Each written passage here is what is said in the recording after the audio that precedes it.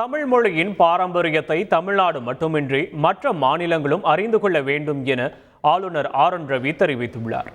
திருவண்ணாமலை மாவட்டம் ஆரணி அருகே உள்ள திருமலை கிராமத்தில் சமஸ்கிருதம் பயின்ற மாணவர்களுக்கு சான்றிதழ் மற்றும் கல்வி உதவித்தொகை வழங்கும் நிகழ்ச்சி நடைபெற்றது.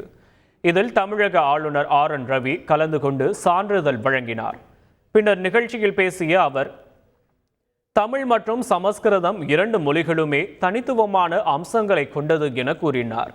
மத்திய அரசு தமிழ் மொழியை மேம்படுத்த பல்வேறு முயற்சிகளை எடுத்துள்ளதாகவும், பிரதமர் மோடிக்கு தமிழ் மொழி மீது அதிகளவு பற்று உள்ளதால் ஒவ்வொரு முறையும் திருக்குறளை மேற்கோள் காட்டி பேசி வருவதாகவும் குறிப்பிட்டார். மேலும் தமிழ் மொழியின் பெருமை மற்றும் பாரம்பரியத்தை தமிழ்நாடு மட்டுமின்றி நாட்டின் பிற மாநிலங்களும் அறிந்து கொள்ள வேண்டும் என்றார்.